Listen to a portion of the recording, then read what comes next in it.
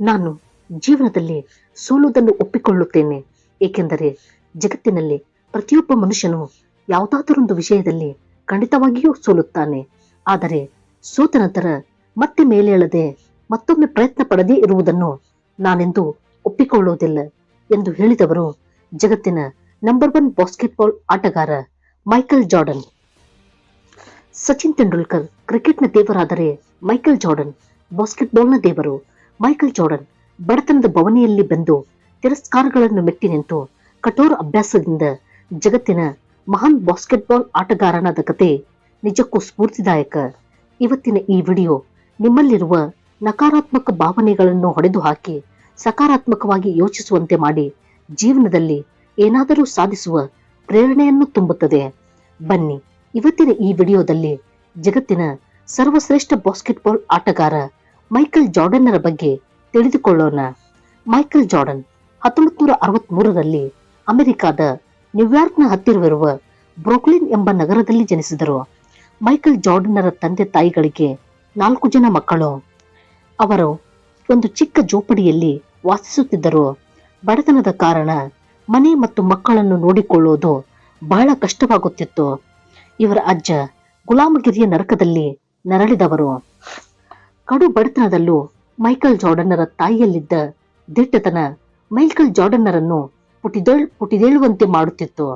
ಅವರ ತಾಯಿ ಸೋಲೆಂದರೇನು ಎಂಬುದೇ ಗೊತ್ತಿರದ ದಿಟ್ಟ ಮಹಿಳೆ. ತಾಯಿಯನ್ನು ನೋಡಿ ಬೆಳೆದ ಮೈಕಲ್ ಜಾರ್ಡನ್ ದೊಡ್ಡ ಮಹತ್ವಾಕಾಂಕ್ಷೆಯನ್ನು ಹೊಂದಿದ್ದರು. ಜೀವನದಲ್ಲಿ ಏನಾದರೂ ದೊಡ್ಡ ಸಾಧನೆ ಮಾಡಬೇಕು, ಅದರಿಂದ ನಾವು ಬಡತನದಿಂದ ಹೊರಬರಬೇಕು ಎಂದು ಯೋಚಿಸುತ್ತಿದ್ದರು.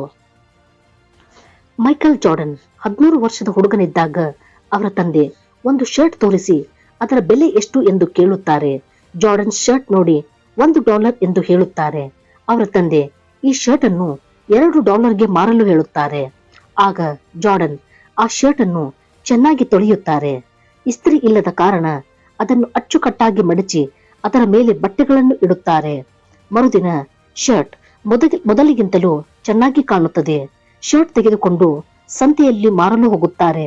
ಆದರೆ ಶರ್ಟ್ ಅನ್ನು ಯಾರು ಕೂಡ ಹಿಂತಿರುಗಿ ನೋಡಲಿಲ್ಲ. 8 ಗಂಟೆಗಳವರೆಗೆ ಸಂತೆಯಲ್ಲಿ ತಿರುಗಾಡಿ ಶರ್ಟ್ ಅನ್ನು $2ಗೆ ಮಾರುತ್ತಾರೆ. ಸಿಕ್ಕ $2 ಅನ್ನು ಅವರ ತಂದೆಗೆ ನೀಡುತ್ತಾರೆ. ಮತ್ತೆ ಸ್ವಲ್ಪ ದಿನಗಳ ನಂತರ ಜಾರ್ಡನ್ನರ ತಂದೆ ಮತ್ತೊಂದು ಶರ್ಟ್ ಅನ್ನು ತೋರಿಸಿ $1 ಶರ್ಟ್ ಅನ್ನು $20ಗೆ ಮಾರಲು ಹೇಳುತ್ತಾರೆ. ಆಗ ಮೈಕಲ್ ಜಾರ್ಡನ್ ಶರ್ಟ್ಗೆ ಮಿಕ್ಕಿ ಮೌಸ್ ಅಂಟಿಸಿ ಆ ಶರ್ಟ್ ಅನ್ನು ಶ್ರೀಮಂತರ ಮಕ್ಕಳು ಕಲಿಯುವ ಶಾಲೆ ಎದುರು ಹಿಡಿದುಕೊಂಡು ಮಾರಲು ಹೋಗುತ್ತಾರೆ. ಆ ಶಾಲೆಗೆ ಬರುತ್ತಿದ್ದ ಒಂದು ಹುಡುಗ ಆ ಶರ್ಟ್ ನೋಡಿ ಬೇಕೆಂದು ಹಠ ಮಾಡಿದ. ಆಗ ಅವರ ತಂದೆ $20 ಕೊಟ್ಟು ಶರ್ಟ್ ಅನ್ನು ಖರೀದಿಸಿ ಮತ್ತೆ $5 ಟಿಪ್ಸ್ ಅನ್ನು ಕೊಟ್ಟರು. ಕೈಯಲ್ಲಿ $25 ಹಿಡಿದುಕೊಂಡು ಓಡೋಡಿ ಮನೆಗೆ ಬಂದು ಅವರ ತಂದೆಗೆ ಕೊಡುತ್ತಾರೆ. ಆಗ ಅವರ ತಂದೆ ಮುಗುಳು ನಕ್ಕು ಬೆನ್ನು ತಟ್ಟುತ್ತಾರೆ. ಆ ಕ್ಷಣ ಮೈಕಲ್ ಜಾರ್ಡನ್ನರ ಸಂತೋಷಕ್ಕೆ ಪಾರವೇ ಇರಲಿಲ್ಲ. ಮತ್ತೆ ಸ್ವಲ್ಪ ದಿನಗಳ ನಂತರ ಮತ್ತೆ ಜಾರ್ಡನ್ನರ ತಂದೆ $1 ಬೆಲೆ ಇರುವ ಶರ್ಟ್ ಅನ್ನು ಕೊಟ್ಟು ಅದನ್ನು $200ಗೆ ಮಾರಲು ಹೇಳುತ್ತಾರೆ. ಆಗ ಜಾರ್ಡನ್ನರಿಗೆ ಒಂದು ಕ್ಷಣ ದಿಕ್ಕೆ ತೋಚದಂತಾಗುತ್ತದೆ. ಮೈಕಲ್ ಜಾರ್ಡನ್ನರಿಗೆ ಪ್ರಖ್ಯಾತ ಹಾಲಿವುಡ್ ನಟಿ ಫರಾ ಅಲ್ಲೇ ಹತ್ತಿರದ ಊರಿಗೆ ಬರುವ ವಿಷಯ ತಿಳಿಯುತ್ತದೆ. ಆಗ ಮೈಕಲ್ ಜಾರ್ಡನ್ ಕೂಡ ಆ ನಟಿಯನ್ನು ನೋಡಲು ಊರಿಗೆ ಹೋಗುತ್ತಾರೆ. ಆ ನಟಿಯನ್ನು ನೋಡಲು ಜನಸಾಗರವೇ ಬಂದಿತ್ತು. ಆಗ ಮೈಕಲ್ ಜಾರ್ಡನ್ ಬಾಡಿಗಾರ್ಡ್ಗಳ ಕಣ್ಣು ತಪ್ಪಿಸಿ ಬ್ಯಾರಿಕೇಡ್ಗಳನ್ನು ದಾಟಿ ಆ ನಟಿಯ ಎದುರಿಗೆ ಶರ್ಟ್ ಹಿಡಿದು ಅದರ ಮೇಲೆ ಆಟೋಗ್ರಾಫ್ ಕೊಡುವಂತೆ ಹೇಳುತ್ತಾರೆ. ಮುಗ್ಧ ಹುಡುಗರ ಮನವಿಗೆ ಸೋತು ಫರಾ ಶರ್ಟ್ ಮೇಲೆ ಆಟೋಗ್ರಾಫ್ ಅನ್ನು ನೀಡುತ್ತಾರೆ. ಆಟೋಗ್ರಾಫ್ ಸಿಕ್ಕಿದ್ದೇ ತಡ ಮರುದಿನ ಮೈಕಲ್ ಜಾರ್ಡನ್ ಸಂತೆಗೆ ಹೋಗಿ ಹಾಲಿವುಡ್ನ ಅತಿ ಸುಂದರ ನಟಿ ಫರಾ ಆಟೋಗ್ರಾಫ್ ಇರುವ ಶರ್ಟ್ ಎಂದು ಕೂಗಲು ಶುರು ಮಾಡುತ್ತಾರೆ. ಆಗ ಜನ ಶರ್ಟ್ ತೆಗೆದುಕೊಳ್ಳಲು ಮುಗಿಬೀಳುತ್ತಾರೆ. ಜನ $300, $400, $500 ಕೊಟ್ಟು ಶರ್ಟ್ ಖರೀದಿಸಲು ಮುಂದಾಗುತ್ತಾರೆ. ಕೊನೆಗೆ ಒಬ್ಬ ವ್ಯಕ್ತಿ $2,000 ಕೊಟ್ಟು ಶರ್ಟ್ ಅನ್ನು ಖರೀದಿಸುತ್ತಾನೆ. ಮೈಕಲ್ ಜಾರ್ಡನ್ $2,000ಗಳನ್ನು ಅವರ ತಂದೆಯ ಕೈಯಲ್ಲಿ ಇಟ್ಟಾಗ ಅವರ ತಂದೆಯ ಕಣ್ಣಲ್ಲಿ ಕಣ್ಣೀರು ಬಂದಿದ್ದವು. ಮೈಕಲ್ ಜಾರ್ಡನ್ನರ ತಂದೆ ಅವರಿಗೆ, ಮಗನೇ, ನೀನು ಜೀವನದಲ್ಲಿ ಏನು ಬೇಕಾದರೂ ಸಾಧಿಸುತ್ತೀಯಾ ಎಂದು ಹೇಳುತ್ತಾರೆ. ತಂದೆಯ ಮಾತುಗಳು ಮೈಕಲ್ ಜಾರ್ಡನ್ನರಿಗೆ ಪ್ರೇರಣೆಯನ್ನು ತುಂಬುತ್ತವೆ. ಇದರಿಂದ ಮೈಕಲ್ ಜಾರ್ಡನ್ನರಿಗೆ ಮನಸ್ಸು ಮಾಡಿದರೆ ಏನು ಬೇಕಾದರೂ ಸಾಧಿಸಬಹುದು ಎಂಬ ಅರಿವಾಗುತ್ತದೆ. ಮೈಕಲ್ ಜಾರ್ಡನ್ನರ ಅಣ್ಣ ಬಾಸ್ಕೆಟ್ಬಾಲ್ ಅನ್ನು ಬಹಳ ಚೆನ್ನಾಗಿ ಆಡುತ್ತಿದ್ದರು. ಮೈಕಲ್ ಜಾರ್ಡನ್ ಕೂಡ ಅವರ ಅಣ್ಣನೊಂದಿಗೆ ಸೇರಿ ಬಾಸ್ಕೆಟ್ಬಾಲ್ ಅನ್ನು ಆಡುತ್ತಿದ್ದರು. ಒಮ್ಮೆ ಅವರ ಅಣ್ಣ ಮೈಕಲ್ ಜಾರ್ಡನ್ನರನ್ನು ಬಾಸ್ಕೆಟ್ಬಾಲ್ ನಲ್ಲಿ ಅತ್ಯಂತ ಹೀನಾಯವಾಗಿ ಸೋಲಿಸಿದ. ಆಗ ಮೈಕಲ್ ಜಾರ್ಡನ್ನರಿಗೆ ಒಂದು ರೀತಿಯ ಅವಮಾನವಾಯಿತು. ಈ ಸಣ್ಣ ಘಟನೆಯಿಂದ ಮೈಕಲ್ ಜಾರ್ಡನ್ ಬಾಸ್ಕೆಟ್ಬಾಲ್ ನಲ್ಲಿ ಅತ್ಯುತ್ತಮ ಆಟಗಾರನಾಗುವ ಪ್ರತಿಜ್ಞೆ ಮಾಡುತ್ತಾರೆ. ಮೈಕಲ್ ಜಾರ್ಡನ್ ಶಾಲೆಯಲ್ಲಿರುವಾಗ ಹೈಸ್ಕೂಲ್ ಟೀಮ್ ನಲ್ಲಿ ಆಟ ಆಡುತ್ತಿದ್ದರು. ಆದರೆ ಅವರ ಹೈಟ್ ಕಡಿಮೆ ಇದ್ದ ಕಾರಣ ಅವರನ್ನು ಫೈನಲ್ ಟೀಮ್ಗೆ ಸೆಲೆಕ್ಟ್ ಮಾಡಲಿಲ್ಲ. ಆಗ ಮೈಕಲ್ ಜಾರ್ಡನ್ ಹಠಕ್ಕೆ ಬಿದ್ದು ಬಾಸ್ಕೆಟ್ಬಾಲ್ ಪ್ರಾಕ್ಟೀಸ್ ಮಾಡಲು ಶುರು ಮಾಡಿದರು.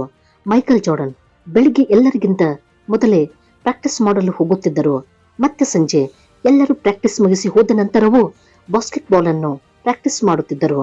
ಮೈಕಲ್ ಜಾರ್ಡನರಿಗೆ ಬಾಸ್ಕೆಟ್ಬಾಲ್ ನಲ್ಲಿ ಅದೆಷ್ಟು ಆಸಕ್ತಿ ಇತ್ತೆಂದರೆ ಗಂಟೆಗಟ್ಟಲೆ ದಿನಗಟ್ಟಲೆ ಪ್ರಾಕ್ಟೀಸ್ ಮಾಡುತ್ತಿದ್ದರು.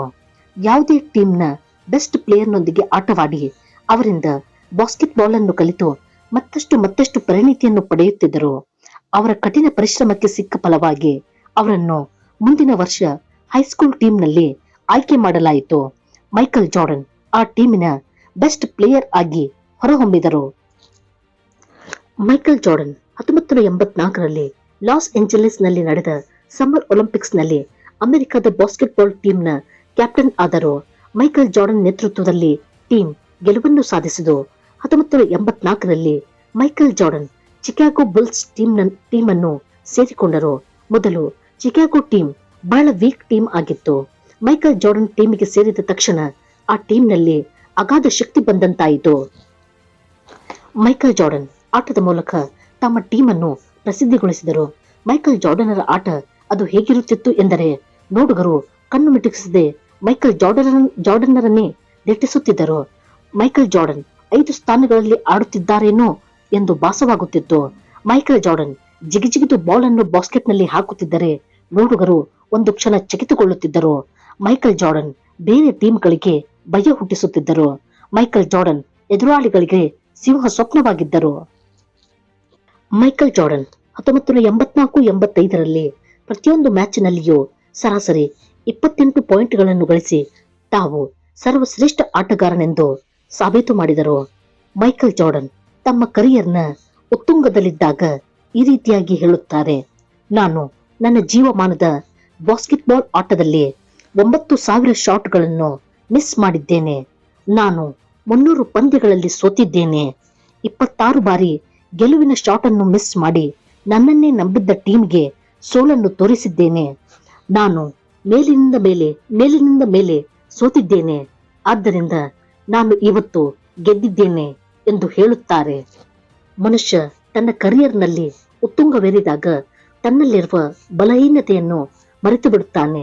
ಆದರೆ ಮೈಕಲ್ ಜಾರ್ಡನ್ ಪ್ರತಿಯೊಂದು ಹೆಜ್ಜೆ ಹಂತದಲ್ಲೂ ಸೋಲನ್ನೇ ಸ್ವೀಕರಿಸಿ ಸೋಲುತ್ತಾ ಕೆಳಗೆ ಬೀಳುತ್ತಾ ಮತ್ತೆ ಎದ್ದು ನಿಂತು ಇತಿಹಾಸವನ್ನೇ ಬರೆದಿದ್ದಾರೆ. ಮೈಕಲ್ ಜಾರ್ಡನ್ ಬಾಸ್ಕೆಟ್ಬಾಲ್ ನಲ್ಲಿ ಜಾರ್ಡನ್ನರ ಯುಗವನ್ನೇ ಶುರು ಮಾಡಿದ ಮಹಾನ್ ಕಿಲಾಡಿ. ಮೈಕಲ್ ಜಾರ್ಡನ್ ಸಾಧನೆಗೆ ಬಡತನ ಯಾವತ್ತೂ ಅಡ್ಡಿಯಲ್ಲ ಎಂದು ಜಗತ್ತಿಗೆ ತೋರಿಸಿದವರು.